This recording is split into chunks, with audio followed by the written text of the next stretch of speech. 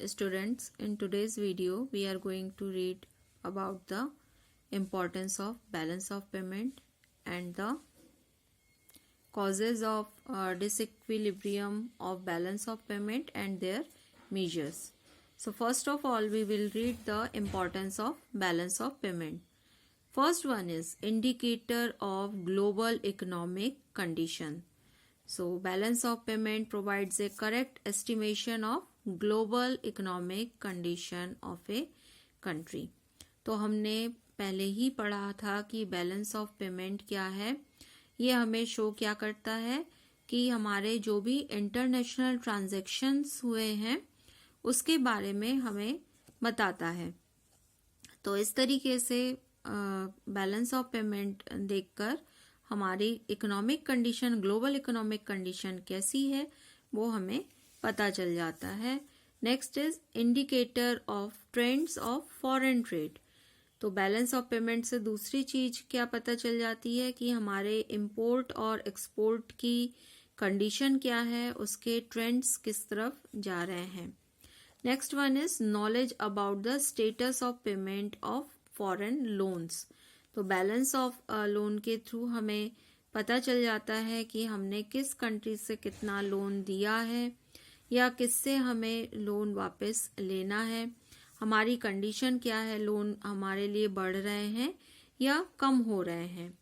Next one is knowledge about the impact of currency devaluation. ये बहुत ही important point है.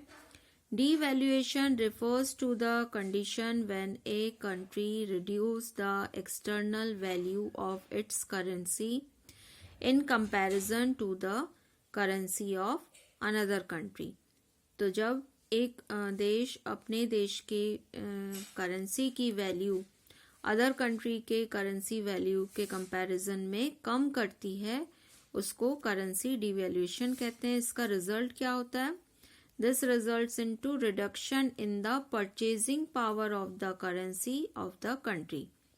तो इस वजह से क्या हो जाएगा कि import becomes costlier and export became cheaper. तो कोई भी कंट्री क्या चाहती है कि उनके यहाँ का import कम हो और export ज़्यादा हो. तो इसके लिए करेंसी डिवैल्यूएशन का मेथड अडॉप्ट किया जाता है. तो करेंसी डिवैल्यूएशन का मेथड अडॉप्ट किया जाए कि ना किया जाए इसके बारे में भी decision making balance of payment को देख के पता चल जाता है. Next one is impact of national income. तो फॉरेन ट्रेड से हमें पता चल जाता है कि हमारी नेशनल इनकम कितनी क्या है, उसके ट्रांजैक्शन को देखकर हम पता लगा सकते हैं. Next one is condition of balance of payment of a country in various currency. तो हमने बैलेंस ऑफ पेमेंट में पढ़ा ही था कि हम सभी कंट्रीज की करेंसी हमारे देश में जिनके साथ भी हमारे बिजनेस रिलेशंस हैं उनके यहाँ की करेंसी हमारे यहाँ पे आएगी. तो इस तरीके से क्या हो रहा है कि हमारे देश की दूसरे देशों के साथ जो करेंसी है उसकी क्या कंडीशन है उसके बारे में पता चल जाता है. while it may be that of deficit balance of payment with other countries or not. तो इस तरह से हम कह सकते हैं कि अगर हमें देश के बारे में, देश की इकोनॉमिक कंडीशन के बारे में पता करना है तो हम किस चीज को देखें? Balance of payment. और इसीलिए बैलेंस ऑफ पेमेंट को क्या बोला जाता है? Barometer. Barometer of economic condition. हमारे देश की क्या दशा है, अच्छा है या बुरा है, इसको अगर हमें देखना है तो हम किसको देखें? बैलेंस ऑफ पेमेंट को देखकर हम पता कर सकते हैं. Let we will read the causes of disequilibrium in balance of payment. So first reason is programmes of economic development. तो डिसइक्विलिब्रियम की कंडीशन क्यों आ जाती है? तो मैक्सिमम डिसइक्विलिब्रियम की कंडीशन आती है जो अंडर डेवलप्ड या डेवलपिंग कंट्रीज होती हैं उनके लिए. वो क्या करते हैं कि डेवलप कंट्रीज से पैसे उधार लेते हैं for purpose of economic develop development, underdeveloped countries are forced to import capital in a huge amount and they have to procure the services of foreign experts, due to which there is an excessive increase in the imports of these countries, while these countries are able to export only a little amount of raw material. तो यहाँ पे क्या हो रहा है कि under develop country अपना development करना चाहती है और इस वजह से वो जो डेवलपिंग कंट्री या डेवलप्ड कंट्री है उनसे फॉरेन कैपिटल मांगती है, इंपोर्ट कैपिटल काफ़ी ह्यूज अमाउंट में कर लेती है और साथ ही साथ फॉरेन एक्सपर्ट्स को भी अपने यहाँ पे बुलवाती हैं, तो उनको तो पे करना पड़ेगा, जबकि वो केवल थोड़ा सा ही एक्सपोर्ट कर पाती है अपने यहाँ से रॉ मटेरियल्स का। तो फर्स्ट रीज़न ये आ जाता है, अनफेवरेबल कंडीशन आ जाती है कि उनके लिए इंपोर्ट ज़्यादा हो रहा है लेकिन एक्सपोर्ट कम हो रहा है। रीज़न क्या आ गया? इकोनॉमिक डेवलपमेंट की वजह से। Next one is income and the price effect. तो जो अंडर डेवलप कंट्री होती है, there is increase in the income of individual due to economic development, by which they starts demanding more of imported goods. तो जो under developed country है वहाँ पे income किनकी बढ़ती? सबकी इनकम नहीं बढ़ पाती इकोनॉमिक डेवलपमेंट की वजह से, केवल कुछ लोगों की इनकम बढ़ती है और जब इनकम बढ़ती है तो वो विदेशों से कई तरह के गुड्स इंपोर्ट करना, इंपोर्टेड गुड्स बुलवाना डिमांड करने लगते हैं, जबकि यहाँ से एक्सपोर्ट तो कम हो रहा है। तो इसका रिजल्ट भी डिसइक्विलिब्रियम की कंडीशन में आ जाता है। इसके बाद है साइक्लिकल अप्स एंड डाउन्स। तो इन्फ्लेशन और डिप्रेशन की कंडीशन तो अंडर डेवलप्ड और डेवलपिंग कंट्रीज में चलती ही रहती है और इसकी वजह से भी डिसइक्विलिब्रियम की कंडीशन बैलेंस ऑफ पेमेंट में आती है। इसके बाद है चेंज इन एक्सपोर्ट डिमांड। तो जो डेवलपिंग कंट्रीज होती है या जो पहले जिन चीज़ों का एक्सपोर्ट करती थी, तो डेवलप कंट्रीज क्या कर लेती हैं कि डेवलप कंट्रीज उन देशों के चीज़ों का import, raw material, food grain वगैरह, ये सब तो शुरू में इंपोर्ट करती है, लेकिन अब क्या होता है कि वो जो डेवलप्ड कंट्री है वो उन चीज़ों का, वो रॉ मटेरियल या फूड ग्रेन्स, वो खुद ही उसका प्रोडक्शन करने लगती है या उसके ऑल्टरनेटिव सर्च करने लगती है। तो डेवलपिंग कंट्री या अंडर डेवलप कंट्री जिन चीज़ों को एक्सपोर्ट करती थी, अब डेवलपिंग कंट्री उनको बुलाना मना कर देती है, तो इसका इफेक्ट भी बैलेंस ऑफ पेमेंट पे पड़ता है। इसके बाद है अगला जो है मेन रीज़न है वो इंक्रीज इन पॉपुलेशन।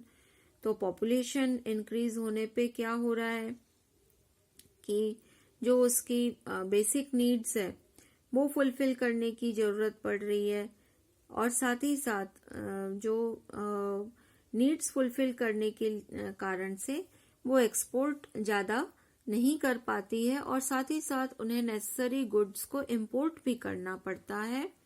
तो इस वजह से भी डिसइक्विलिब्रियम की कंडीशन बनती है। इसके बाद अगला बहुत अच्छा पॉइंट है, ये है ban on import by developed countries. तो डेवलप कंट्रीज कई बार बैन लगा देती है कई कंट्रीज पे, डेवलपिंग या अंडर डेवलपिंग कंट्रीज पे, जिसकी वजह से वहाँ पे इम्पोर्ट नहीं होता है, वो डेवलप्ड कंट्री इम्पोर्ट नहीं करती है। तो इसकी वजह से जो एक्सपोर्ट की कंडीशन होती है वो इन कंट्रीज की फेवर में नहीं रह पाती है और बैलेंस ऑफ पेमेंट अनफेवरेबल हो जाता है। Next point is demonstration effect. ये बहुत ही इम्पॉर्टेंट पॉइंट है कि जो डेवलपिंग कंट्रीज के लोग होते हैं या अंडर डेवलप्ड कंट्रीज के लोग होते हैं, जब वो डेवलप कंट्रीज के लोगों के कांटेक्ट में आते हैं तो उनके कंजम्पशन लेवल्स को देखकर और उनके जैसा बनने की कोशिश करते हैं और कुछ इस तरह की चीज़ों को इंपोर्ट करते हैं जो उनके लिए बहुत ही अननेसेसरी होती है और इसका adverse effect balance of payment पर पड़ता है। नेक्स्ट है इंटरनेशनल लोन्स। तो डेवलपिंग कंट्रीज अपने यहाँ पे डेवलपमेंट वर्क के लिए बहुत सारे लोन्स ले लेती है। तो जब उन लोन्स को रीपे करना होता है इंटरेस्ट के साथ, तो उस समय ये बैलेंस ऑफ पेमेंट अनफेवरेबल उस कंट्री के लिए हो जाता है। लेकिन जिस कंट्री ने लोन दिया हुआ है तो उसके लिए फेवरेबल कंडीशन बन जाती है। तो इस तरीके से हम कह सकते हैं कि जो balance of payment of developing countries usually remains unfavourable and why the balance of payment of developed countries usually remain favorable। तो जो डेवलपिंग कंट्री या अंडर डेवलप कंट्री है उनके लिए बैलेंस ऑफ पेमेंट हमेशा ही अनफेवरेबल बना रहता है। ये रीज़न हमने स्टडी किया और साथ ही साथ डेवलप्ड कंट्री के लिए ये हमेशा फेवरेबल बना है। अब हम देखेंगे measures for correcting disequilibrium in balance of payment. तो जो ये फेवरेबल कंडीशन बनाने के लिए क्या किया जा सकता है ये हम देखेंगे आगे। इसमें फर्स्ट है एनकरेजमेंट टू एक्सपोर्ट।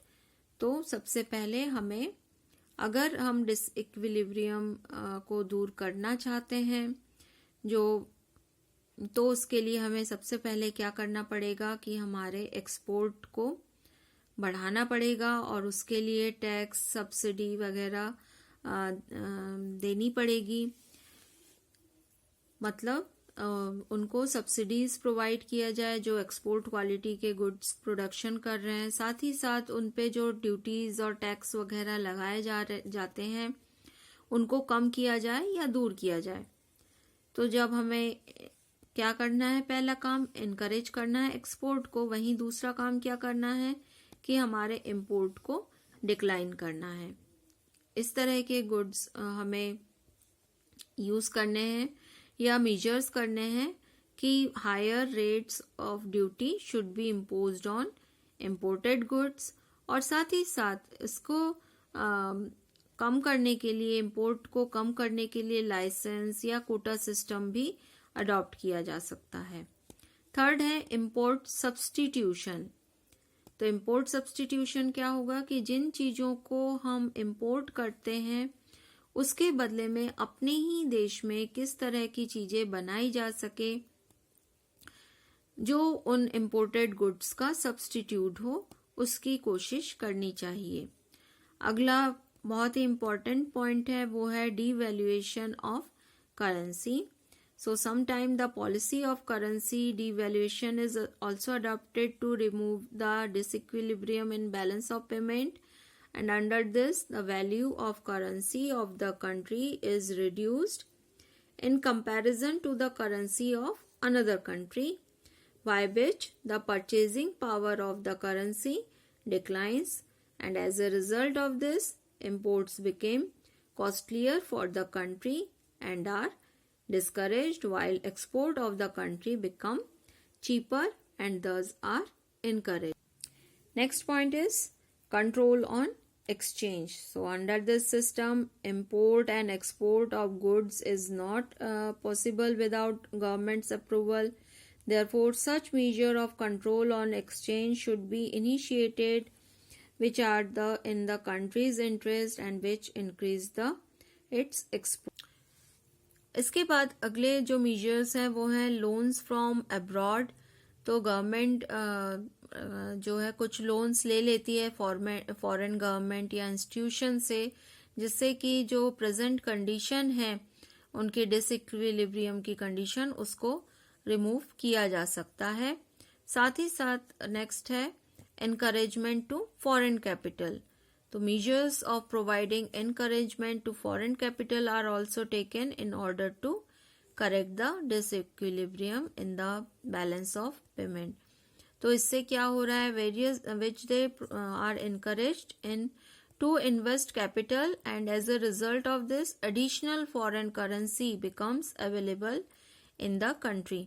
तो अगर फॉरेन इन्वेस्टर्स को हमारे देश में इनवाइट किया जाए तो उसके रिजल्ट में क्या होगा कि हमारे यहाँ पे फॉरेन करेंसी आएगी, और फॉरेन करेंसी आती है तो ये डिसइक्विलिब्रियम की कंडीशन को दूर किया जा सकता है। Last point we will read, encouragement to the foreign tourist.